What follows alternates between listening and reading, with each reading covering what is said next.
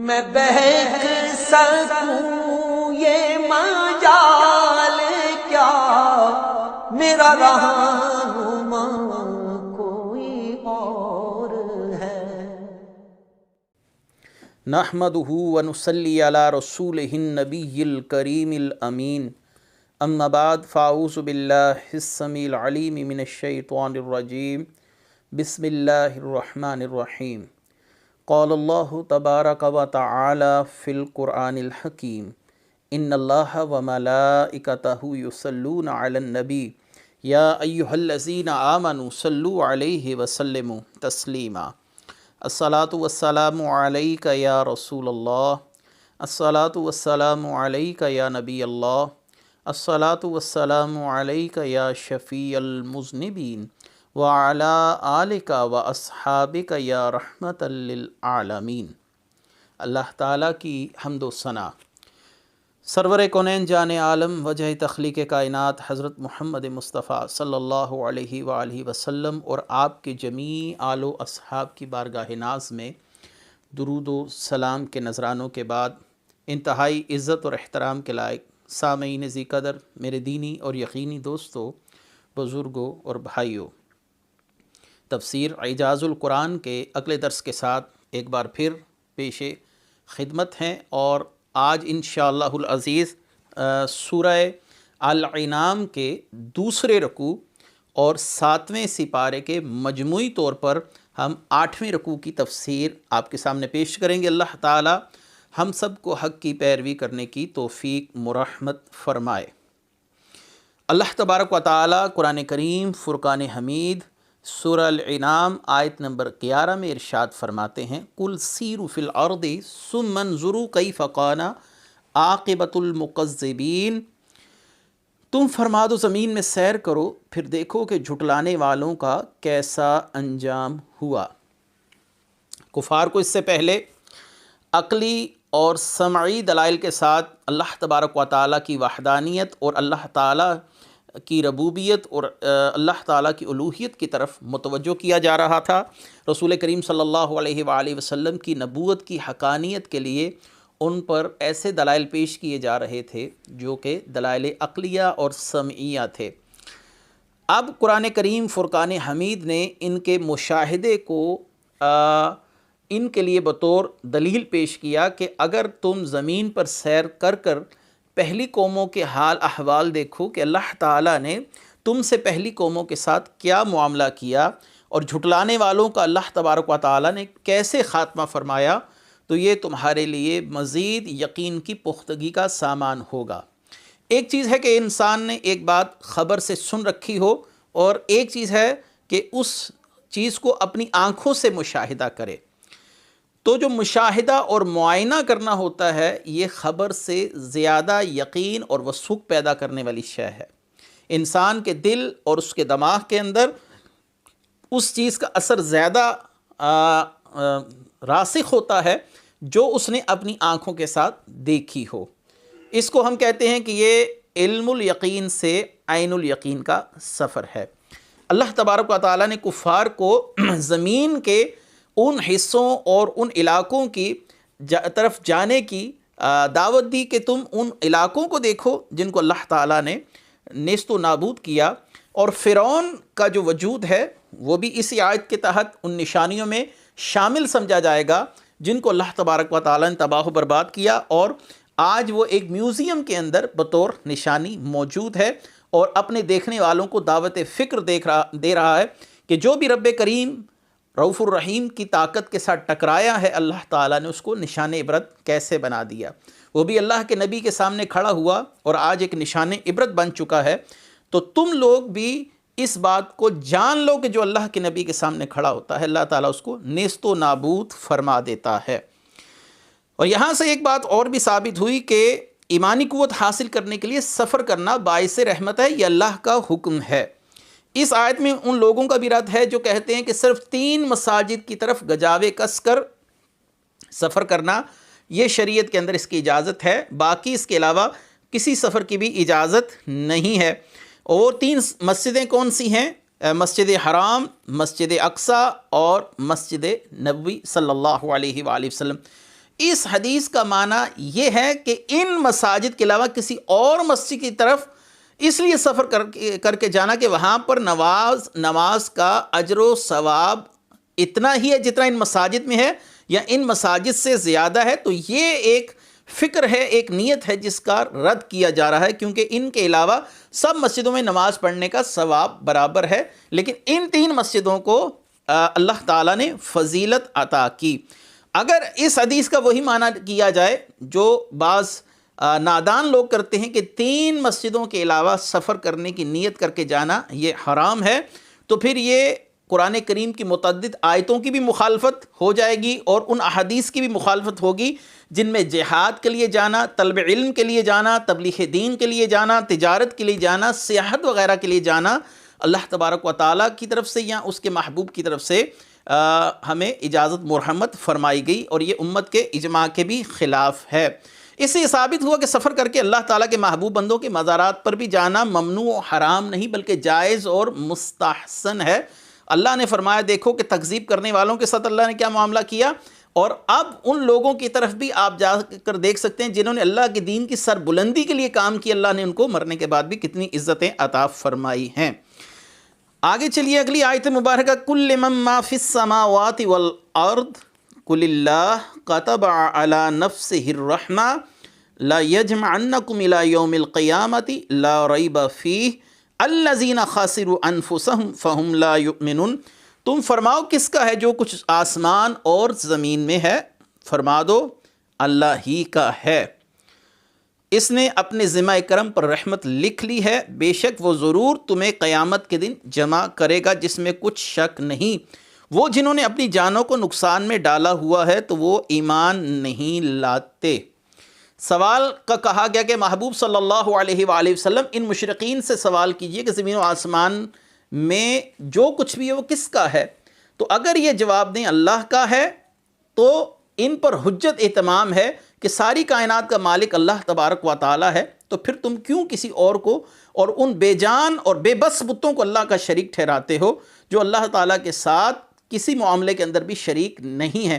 اور اگر یہ جواب نہ دیں تو ساتھ ہی اللہ تعالیٰ نے فرمایا قل اللہ، آپ پھر ان کو کہیے سب اللہ تعالیٰ کا ہی ہے، سب اللہ تبارک و تعالیٰ کا ہے، آپ خود گواہی دے دیں۔ اگر یہ گواہی نہ دیں، اور اسی طرح کی صورتحال اللہ تبارک و تعالیٰ نے قرآن کریم میں متعدد مقامات پر، مثلا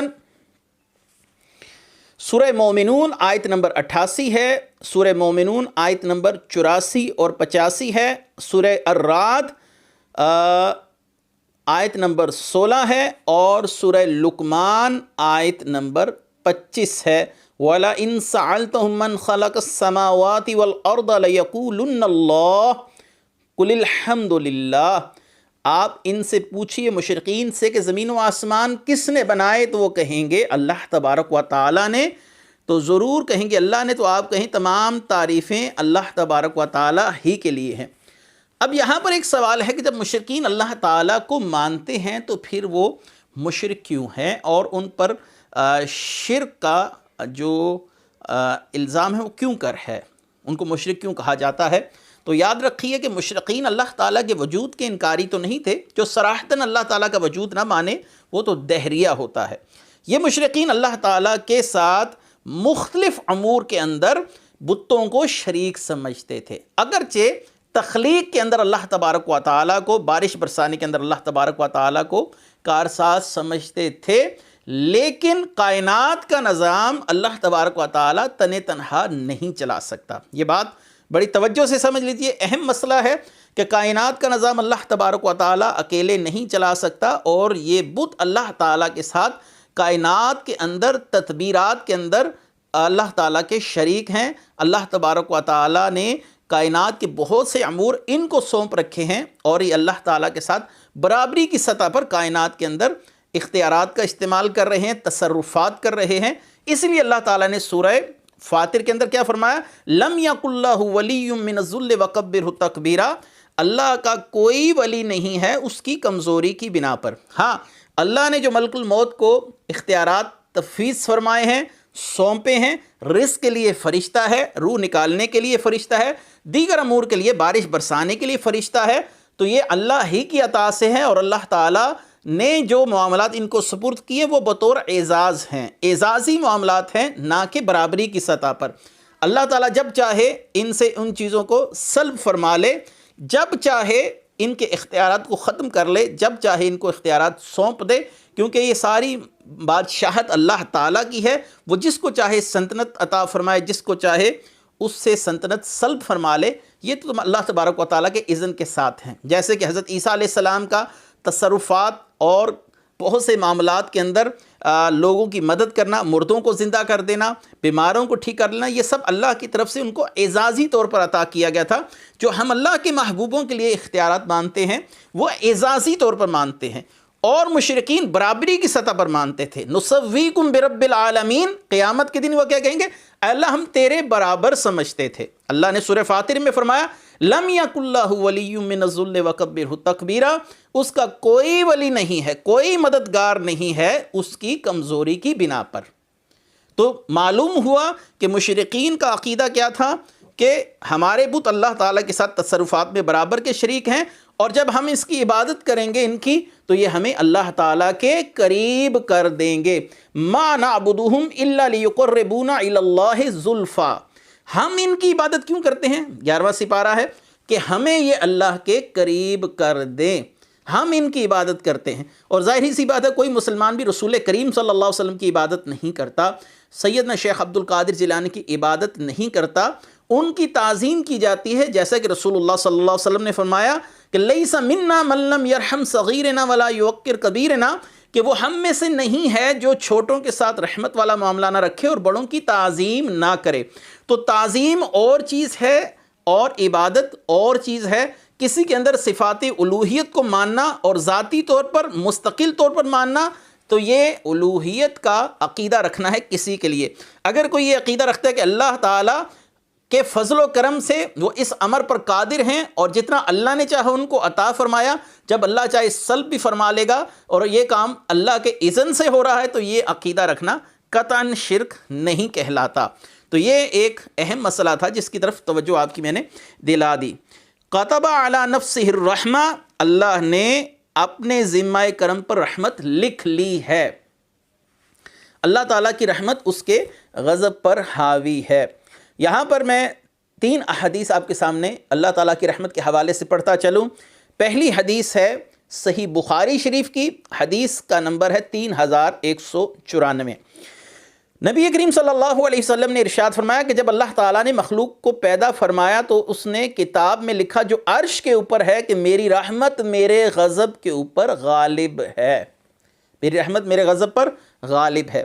دوسری حدیث مبارکہ، بہت خوبصورت حدیث مبارکہ صحیح بخاری میں، اور حدیث کا نمبر ہے 6000 مکمل 6000، اور دوسرے مقام پر پھر بخاری شریف میں 6469، اور یہی حدیث صحیح مسلم میں بھی موجود ہے 2752 نمبر پر، اور سنن ترمذی میں بھی ہے 3541، سنن ابن ماجہ وغیرہ میں بھی یہ حدیث موجود ہے کہ جب اللہ تعالیٰ نے رحمت کو پیدا فرمایا تو اس نے 100 رحمتیں پیدا فرمائیں، اس نے 99 رحمتیں اپنے پاس رکھیں اور ایک رحمت کائنات کے اندر تقسیم کر دی۔ یہ جو باپ کو بیٹے سے محبت ہے، بیٹے کو باپ سے، ماں کو اپنی اولاد کے ساتھ، جانوروں میں جو شفقت اور رافت پائی جاتی ہے اپنی اولاد کے لیے، پڑوسیوں میں ایک دوسرے کے لیے محبت والا معاملہ ہے، یہ کائنات کے اندر جتنی بھی محبتیں ہیں یہ اس ایک محبت کا حصہ ہیں جو اللہ تعالیٰ نے پوری دنیا پر تقسیم فرما لی۔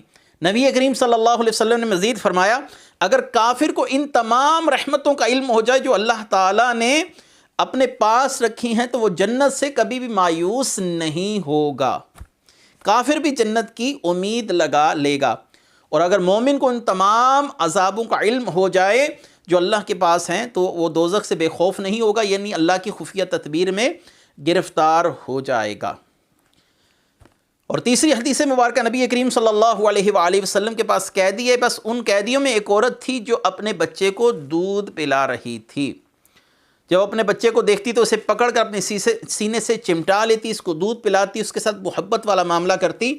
نبی کریم صلی اللہ علیہ وآلہ وسلم نے فرمایا کیا تمہارا گمان ہے کہ یہ عورت اپنے بچے کو آگ میں جھونک دے گی؟ صحابہ نے کہا یہ بات تو ناممکن ہے، جتنی یہ محبت اور شفقت اور رافت اپنے بچے کے لیے رکھتی ہے، اتنی محبت اور شفقت رکھنے کے ساتھ کوئی شخص کیوں کر کسی کو آگ کے اندر جھونک سکتا ہے؟ تو آپ صلی اللہ علیہ وآلہ وسلم نے ارشاد فرمایا کہ اللہ تعالیٰ اس سے زیادہ اپنے بندوں پر رحم فرمانے والا ہے جتنا یہ اپنے بچے کے ساتھ شفقت والا معاملہ فرما رہی ہے۔ اس حدیث کو بھی امام بخاری نے صحیح بخاری میں 5999 نمبر پر نقل فرمایا، رقم ہے اس کا، نمبر ہے، اور یہی حدیث صحیح مسلم میں بھی ہے 2754 نمبر پر۔ تو رسول کریم صلی اللہ علیہ وآلہ وسلم کی احادیث سے یہ مسئلہ بے غبار ہوا۔ اب یہاں پر 2-3 سوالات ضرور اٹھتے ہیں کہ اگر اللہ تبارک و تعالیٰ اپنے بندوں سے محبت فرماتا ہے تو ان کو مصائب میں مبتلا کیوں کرتا ہے، ان پر تکالیف پریشانیاں کیوں لاتا ہے؟ تو اللہ تعالیٰ کا مصائب اور تکالیف اور پریشانیاں اپنے بندوں پر لانا، یہ اللہ تعالیٰ کی ان بندوں سے محبت ہے۔ اصل میں جب لوگ گناہ کرتے ہیں اور اپنے ہاتھوں کے سبب اپنے آپ کو اللہ کی نافرمانیوں کے معمولات میں مرتکب کرتے ہیں، اللہ تعالیٰ کی نافرمانیوں پر جری ہوتے ہیں، تو اللہ تعالیٰ ان کے گناہوں کو مٹانے کے لیے انہیں مصائب میں مبتلا کرتا ہے تاکہ یہ گناہ اس کے جو مصائب ہیں، پریشانیاں ہیں، یہ اس کے گناہوں کا کفارہ ہو جائیں۔ جیسا کہ ایک صحیح بخاری کی حدیث مبارکہ میں پڑھ دیتا ہوں، اس سے مزید یہ مسئلہ بڑا واضح ہو جائے گا۔ سیدہ عائشہ رضی اللہ تعالی عنہا فرماتی ہیں کہ رسول کریم صلی اللہ علیہ وسلم نے ارشاد فرمایا کہ مومن کو، مسلمان کو جو مصیبت بھی پہنچتی ہے، اللہ تعالیٰ اس مصیبت کے سبب اس کے گناہوں کو معاف فرما دیتا ہے۔ جو کانٹا بھی اس کو چبھتا ہے، اس کی وجہ سے اللہ تعالیٰ اس کے گناہوں کا کفارہ فرما دیتا ہے۔ یہ جو موت کے وقت کی شدت ہے، اس حدیث کو بھی صحیح بخاری میں امام بخاری نے اور صحیح مسلم میں امام مسلم رحمۃ اللہ علیہ نے روایت کیا، سنن ترمذی، مسند احمد بن حنبل اور دیگر کتب احادیث میں یہ حدیث موجود ہے کہ مومن کو جو کانٹا بھی چبھتا ہے، اللہ تعالیٰ اس کے سبب اس کے گناہوں کا جو بار ہے اس پر وہ اتار دیتا ہے، یعنی اس کانٹا چبھنے کو بھی اس کے گناہوں کا کفارہ بنا دیتا ہے۔ بعض لوگوں پر موت کے وقت کی جو نزا کی شدت ہے وہ لائی جاتی ہے تاکہ یہ شدت اور یہ تکلیف ان کے گناہوں کا کفارہ ہو جائے۔ یہ اللہ کی رحمت ہے کہ وہ کسی شخص کو کسی مصیبت میں مبتلا کرتا ہے۔ دوسرا سوال آپ کے ذہن میں یہ آ سکتا ہے کہ پھر اللہ تعالیٰ اپنے محبوبوں کو مصائب اور پریشانیوں میں مبتلا کیوں کرتا ہے؟ تو اللہ تعالیٰ ان کے لیے اعلیٰ مقامات مختص فرماتا ہے۔ اللہ تعالیٰ ان کو اعلیٰ مقامات پر ترقی دینا چاہتا ہے تو ان کو مصائب میں ڈال کر خود ہی صبر کی توفیق دیتا ہے تاکہ وہ صبر کریں، اور اللہ تعالیٰ اس صبر کے سبب ان کو اس مقام پر فائز کر دے جو اللہ تعالیٰ نے ان کے لیے منتخب فرما رکھا ہے۔ تو اللہ تعالیٰ اپنے محبوبوں پر جو آزمائشیں لاتا ہے وہ صبر کی صورت میں ان کے درجات کی بلندی ہے، اور جو گناہگار بندوں پر آتا ہے وہ مصائب اور پریشانیاں اور بیماریاں ان کے گناہوں کا کفارہ ہو جاتی ہیں۔ اب یہاں پر ہے پھر اللہ کی رحمت۔ تیسرا سوال ہے کہ اللہ تعالیٰ کی رحمت کافروں کے لیے کیا ہے؟ کیا اللہ تعالیٰ کفار کو جہنم میں نہیں جھونکے گا؟ اللہ تعالیٰ نے جو کفار کو دنیا میں رہنے کی مہلت دی ہے اور ان کے لیے زمین و آسمان میں نشانیاں ہیں، ان کے اپنے وجودوں میں نشانیاں ہیں۔ کوئی کافر 60 سال تک جیا، کوئی 70 سال تک جیا، کوئی 80 سال تک جیا، تو اتنے عرصے میں وہ اپنے اردا گرد اپنے وجود میں اللہ کی ہزاروں نشانیاں دیکھتا ہے۔ یہ اللہ کی رحمت ہی ہے، اللہ تعالیٰ اس کو اتنی طویل مہلت دے رہا ہے۔ اتنی طویل مہلت تو کوئی شخص بھی کسی کو نہیں دیتا کہ اللہ تعالیٰ نے اس کو اتنی طویل مہلت دی، پوری زندگی دی، اس کو سمجھنے کے لیے اعضاء دیے اور اس کو عقل کامل دی، اس کو آنکھیں دیں وہ اللہ کی نشانیاں دیکھ سکے، اس کو کان دیے وہ گفتگو سن سکے، ہر چیز اللہ تبارک و تعالیٰ نے دی، یہاں تک کہ اس کا اپنا وجود بھی اللہ کی نشانیوں میں سے ایک نشانی ہے۔ اگر اس کے بعد بھی وہ اللہ تبارک و تعالیٰ کی توحید کا اقراری نہیں ہے، اللہ تبارک و تعالیٰ کے محبوب کی رسالت اور نبوت کا اقراری نہیں ہے، تو یہ اس نے اپنے ساتھ خود ظلم کیا۔ اب اس کی میعاد اور مدت مقرر ختم ہوئی۔ یہ اللہ تعالیٰ کی رحمت ہی تھی اس کے ساتھ کہ اللہ تعالیٰ نے اس کو اتنی طویل مہلت عطا فرمائی۔ اللہ تعالیٰ فرماتے ہیں لَيَجْمَعَنَّكُمْ إِلَىٰ يَوْمِ الْقِيَامَةِ لَا رَيْبَ فِيهِ، اللہ تعالیٰ بے شک قیامت کے دن جمع کرے گا، اس میں کوئی شک نہیں۔ الَّذِينَ خَاسِرُوا أَنفُسَهُمْ فَهُمْ لَا يُؤْمِنُونَ، وہ جنہوں نے اپنی جان نقصان میں ڈالی، ایمان نہیں لاتے، ان کو کھڑا کیا جائے گا اور پھر ان سے سوالات کیے جائیں گے کہ تم نے اپنے نفوس کو کس طرح دھوکے میں رکھا۔ وَلَهُ مَا سَكَنَ فِي اللَّيْلِ وَالنَّهَارِ وَهُوَ السَّمِيعُ الْعَلِيمُ، اور سب کچھ اسی کا ہے جو رات اور دن میں بستا ہے اور وہی سننے والا جاننے والا ہے۔ وَلَهُ، اس آیت کا خلاصہ یہ ہے کہ رات اور دن میں کائنات میں بسنے والی یا سکون حاصل کرنے والی ہر چیز، یعنی تمام موجودات اسی کی ملک ہیں، وہ سب کا خالق ہے، مالک ہے، رب ہے، اور اگر دن اور رات کو ہم اشارہ سمجھیں، دن ہے ذریعہ معاش کا ذریعہ اور رات ہے آرام طلبی کے لیے، تو انسان کے زندگی کے تمام وسائل اور تمام کے تمام جو اسباب ہیں وہ دن اور رات کے گرد گھوم رہے ہیں۔ تو اللہ تبارک و تعالی نے گویا اشارہ دیا کہ تیری زندگی کے تمام اسباب کا مالک اور خالق میں ہوں، اور دن اور رات کے تمام معاملات میرے ذمہ پر ہیں اور میری وجہ سے میرے ہاتھوں میں ہیں، میں جس کو جتنا چاہوں عطا کروں۔ قل اغیر اللہ اتخذ ولیا فاطر السماوات والارض وهو يطعم ولا يطعم قل انی امرت ان اکون اول من اسلم فلا تکونن من المشرکین قل انی اخاف ان عصیت ربی عذاب یوم عظیم ومن یصرف عنہ یومئذ فقد رحمہ وذالک الفوز المبین۔ تم فرماؤ کیا کسی اور کو اس اللہ کے سوا والی بنا لوں جو آسمانوں اور زمینوں کا پیدا فرمانے والا ہے اور وہ کھلاتا ہے اور وہ خود کھانے سے پاک ہے۔ تم فرماؤ مجھے حکم دیا گیا کہ میں سب سے پہلی فرما برداری کے لیے گردن جھکاؤں اور تو ہرگز شرک کرنے والوں میں سے نہ ہونا۔ تم فرماؤ کہ اگر میں اپنے رب کی نافرمانی کروں تو مجھے بڑے دن کے عذاب کا ڈر ہے۔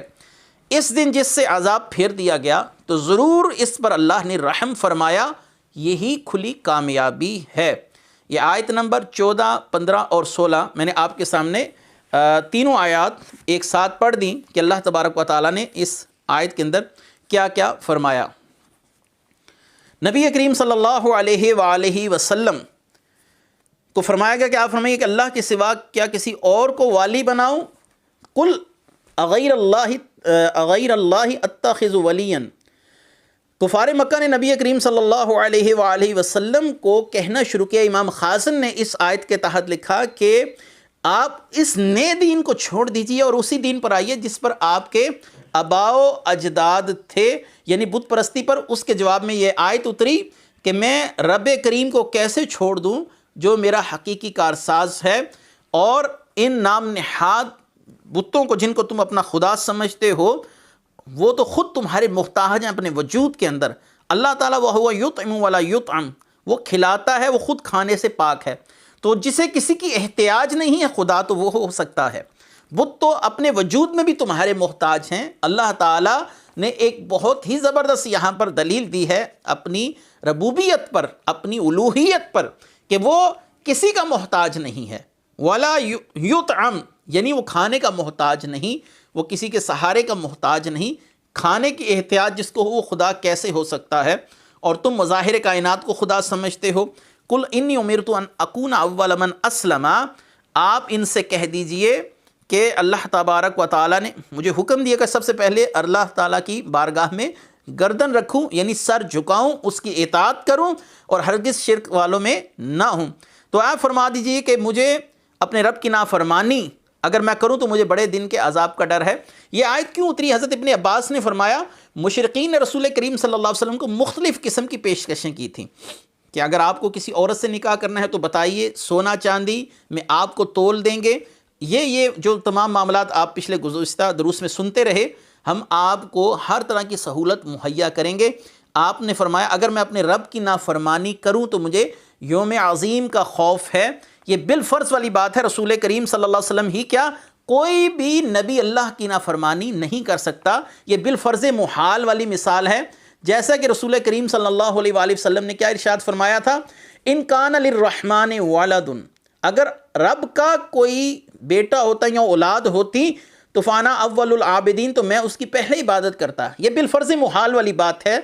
اسی طرح نبی کریم صلی اللہ علیہ وسلم سے کوئی بھی گناہ سرزد ہونا یہ بالفرض محال ہے، یہ ممکن ہی نہیں۔ اور اللہ تبارک و تعالیٰ کے محبوب صلی اللہ علیہ وآلہ وسلم ہر طرح کے صغیرہ کبیرہ گناہ سے پاک ہیں۔ اس دن جس سے عذاب پھیر دیا جائے گا ضرور اس پر اللہ کی مہر ہوئی، اور یہی کھلی کامیابی ہے۔ جس کو اللہ تعالیٰ اس دن عذاب سے بچائے گا یہ اللہ تعالیٰ کا کرم ہے۔ وَإِن يَمْسَسْكَ اللَّهُ بِضُرٍّ فَلَا كَاشِفَ لَهُ إِلَّا هُوَ وَإِن يَمْسَسْكَ بِخَيْرٍ فَهُوَ عَلَى كُلِّ شَيْءٍ قَدِيرٌ وَهُوَ الْقَاهِرُ فَوْقَ عِبَادِهِ وَهُوَ الْحَكِيمُ الْخَبِيرُ۔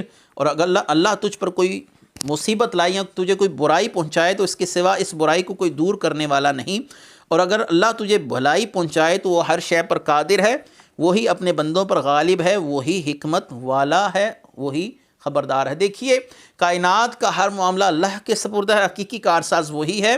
اگر یہاں پر کسی کے ذہن میں یہ آئے تو پھر اللہ کے ولیوں سے مدد کیوں طلب کی جاتی ہے، اللہ کے رسولوں سے مدد کیوں طلب کی جاتی ہے؟ یہ تمام افراد اسباب ہیں، حقیقی کارساز اللہ تبارک و تعالیٰ کی ذات ہے۔ دیکھیے قرآن نے کہا تُؤْتِي الْمُلْكَ مَن تَشَاءُ وَتَنزِعُ الْمُلْكَ مِمَّن تَشَاءُ وَتُعِزُّ مَن تَشَاءُ وَتُذِلُّ مَن تَشَاءُ بِيَدِكَ الْخَيْرُ تُؤْتِي الْمُلْكَ مَن تَشَاءُ، جس کو چاہے بادشاہت دے، جس سے چاہے بادشاہت لے لے، جس کو چاہے کوئی خاص امر اس کے سپرد کر دے، اس کو کسی اعزاز سے نواز دے۔ یہ ان سے اللہ تعالیٰ کے محبوبوں کو چونکہ تمام کمالات اللہ کے اذن سے ملتے ہیں تو یہ اللہ تبارک و تعالیٰ ہی سے مدد طلب کرنا ہوتا ہے۔ قُلْ أَيُّ شَيْءٍ أَكْبَرُ شَهَادَةً قُلِ اللَّهُ شَهِيدٌ بَيْنِي وَبَيْنَكُمْ وَأُوحِيَ إِلَيَّ هَٰذَا الْقُرْآنُ لِأُنذِرَكُم بِهِ وَمَن بَلَغَ أَإِنَّكُمْ لَتَشْهَدُونَ أَنَّ مَعَ اللَّهِ آلِهَةً أُخْرَىٰ قُل لَّا أَشْهَدُ قُلْ إِنَّمَا هُوَ إِلَٰهٌ وَاحِدٌ وَإِنَّنِي بَرِيٌّ مِّمَّا تُشْرِكُونَ۔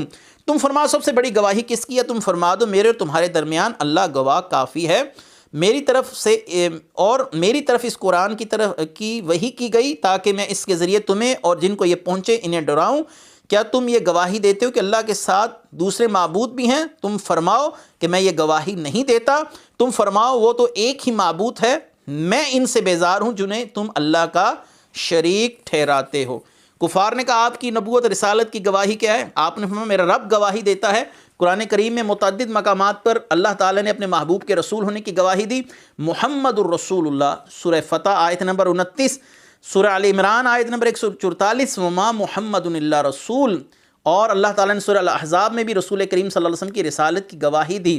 سورہ یاسین کی پہلی 4 آیات میں رسول کریم صلی اللہ علیہ وسلم کی رسالت کی گواہی دی گئی ہے۔ آپ صلی اللہ علیہ وسلم نے فرمایا میری گواہی اللہ تبارک و تعالیٰ سے جو آ چکی وہی کافی ہے، اور قرآن کی وحی سے اللہ نے میری طرف جو قرآن وحی کیا یہ بھی میری رسالت اور نبوت کی بڑی نشانیوں میں سے ہے، اور میں ان معبودوں سے برات کا اظہار کرتا ہوں جن کی تم پرستش کرتے ہو۔ آخری آیت ہے الذین آتیناہم الکتاب یعرفونہ کما یعرفون ابناءہم الذین خسروا انفسہم فہم لا یؤمنون، جن کو ہم نے کتاب دی اس نبی کو پہچانتے ہیں جیسے اپنے بیٹوں کو پہچانتے ہیں، جنہوں نے اپنی جان نقصان میں ڈالی وہ ایمان نہیں لاتے۔ یہ یہودیوں کی طرف اشارہ ہے کہ انہوں نے اپنے انبیاء سے رسول کریم صلی اللہ علیہ وسلم کے متعلق جو سن رکھا تھا ان کی کتاب میں نشانیاں تھیں، ان نشانیوں کی طرف اشارہ کیا کہ وہ رسول کریم کو ایسے پہچانتے تھے جیسے ہزاروں کی تعداد میں انسان کا اپنا بیٹا کھڑا ہو، وہ پہلی نظر میں پہچان جاتا ہے۔ سیدنا عبداللہ بن سلام رضی اللہ تعالیٰ عنہ حضرت عمر فاروق رضی اللہ تعالیٰ عنہ سے ایک دفعہ ملنے کے لیے، اور آپ نے فرمایا کہ میں نے جب رسول کریم صلی اللہ علیہ وسلم کو پہلی بار دیکھا تو آپ کو ایسے ہی پہچان لیا تھا جیسے کوئی شخص اپنے بیٹے کو پہچان لیتا ہے، کیونکہ ان کا حلیہ ہماری کتابوں میں موجود تھا اور ہم نہیں جانتے کہ ہماری عورتوں نے کیا کیا۔ یہ روایت در منصور میں بھی موجود ہے، اور اس سے ملتی جلتی روایت تفسیر ماتریدی جس کو تعویلات و اہل سنہ کہا جاتا ہے اس میں بھی موجود ہے، یعنی رسول کریم صلی اللہ علیہ وسلم کی اللہ نے ان کو معرفت دی تھی۔ اس آیت پر ہم سورہ البقرہ میں بڑی تفصیلی طور پر گفتگو کر آ چکے ہیں، اس لیے یہاں پر میں مختصر سی گفتگو کر رہا ہوں کیونکہ وقت ہمارے پاس بڑا ہی قلیل ہوتا ہے۔ تو عبداللہ بن سلام نے کہا میں نے رسول کریم کو دیکھا، پہچان لیا۔ بہت سے متعدد ایسے واقعات ہیں کہ یہودیوں نے رسول کریم کو دیکھا اور آپس میں یہ گفتگو کرتے تھے کہ یہ وہی نبی ہیں جن کا ہم انتظار کر رہے تھے، لیکن بوجہ حسد رسول کریم صلی اللہ علیہ وسلم کی رسالت اور نبوت کا انکار کرتے رہے۔ ہاں ان کے دل مانتے تھے اور جانتے تھے۔ اللہ تبارک و تعالی ہمیں قرآن کا فہم عطا فرمائے اور اپنے محبوب سے کما حقہ محبت کا نور عطا فرمائے۔ وآخر دعوانا ان الحمدللہ رب العالمین۔ میں بہک سکوں یہ مجال کیا میرا رہنما